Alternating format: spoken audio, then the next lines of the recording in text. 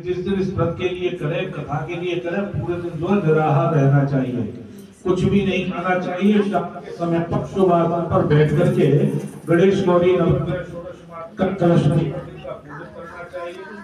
भगवान की पूजा में पके केले का फल अर्पण करना,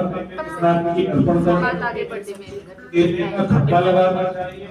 जैसे ये पत्ते लेकर के अभी बिटिया कोई दे गई, इस तरीके से पत्ते नहीं लगाना चाहिए, क्योंकि सत्यनारायण की कथा में लगाने से पाप लगता है।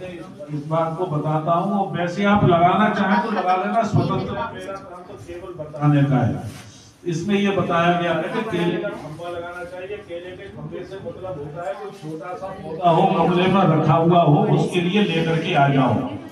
ये नहीं कि उसके सर को काट के ले आओ, क्यों पाप लगता है? क्योंकि हम भगवान सत्यनारायण की पूजा में भगवान विष्णु की पूजा करते हैं, और केले का पेड़ जो है भगवान विष्णु का ही प्रतीक माना गया है।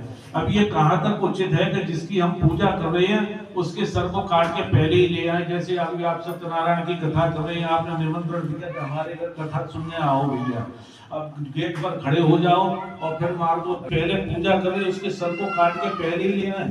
ये तो जरूर। ये तो बिटिया 2 ही लाई है, कहीं कहीं तो 4-4 लाते हैं, मंडप जैसा भी बना देते थे। वो वाला हिसाब है ना, जी नाची है तो मैं नाचूंगी, मैं कौन सा करूँ?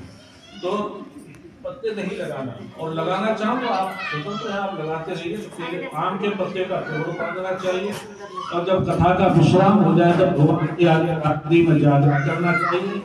और जो भक्त लोग कथा सुनने के लिए आए उनके लिए प्रसाद से विदा करना चाहिए। हे नारद जी, जो भी प्राणी से विधि के बताए अनुसार इस व्रत के लिए करेंगे उनकी मनोकामना निश्चय करके पूरी हो जाएगी।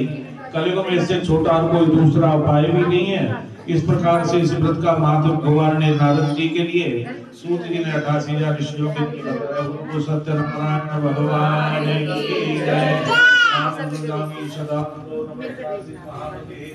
दूसरे अध्याय में बताते हैं एक कांचनपुर नाम का एक गांव था, उसमें एक ब्राह्मण रहते थे जिनका नाम था शतानंद। कैसे ब्राह्मण थे? जिनके बड़े बड़े उलझे हुए बाल थे, कमर झुक करके जिनकी कमाल पक गई थी, पेट बीच में मिला जाता था, रास्ता तक चला नहीं जाता था, बहुत ज्यादा कमजोर थे, लकड़ी के सहारे चलते थे, लेकिन फिर भी घर घर द्वार द्वार गांव में घूमा करते थे। घूमने का उनका मेन अर्थ था उनकी दरिद्रता, गरीबी। जो भूख लगती थी तो खाने के लिए कुछ था नहीं तो भिक्षा किया करते। ऐसे दुखी ब्राह्मण को देखा तो भगवान के लिए दया आ गई, और भगवान ने खुद एक बूढ़े ब्राह्मण का रूप धारण किया। उनके पास में पहुंचे और जाकर के पूछा कि तम ब्रह्म से विप्र मयि नित्यम सुदुखितः। यानी भगवान ने पूछा, भैया आप कौन हैं और इस प्रकार से दुखी होकर के पृथ्वी पर क्यों घूमा करते हैं?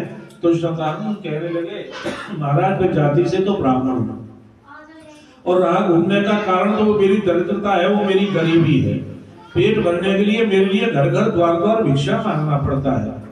अगर आप कोई छोटा सा उपाय जानते हो जिसके करने से मेरी गरीबी दूर हो जाए, मेरे पर आप कृपा करते हो तो जरूर बताइएगा, मैं सुनना चाहता हूँ। इस प्रकार से जब शतानंद ने पूछा तो संत के वेश में जो भगवान थे उन्होंने कहा, शतानंद जी आप सत्यनारायण का व्रत करो, वो ऐसे प्रभु हैं मनवांछित फल के लिए देने वाले हैं।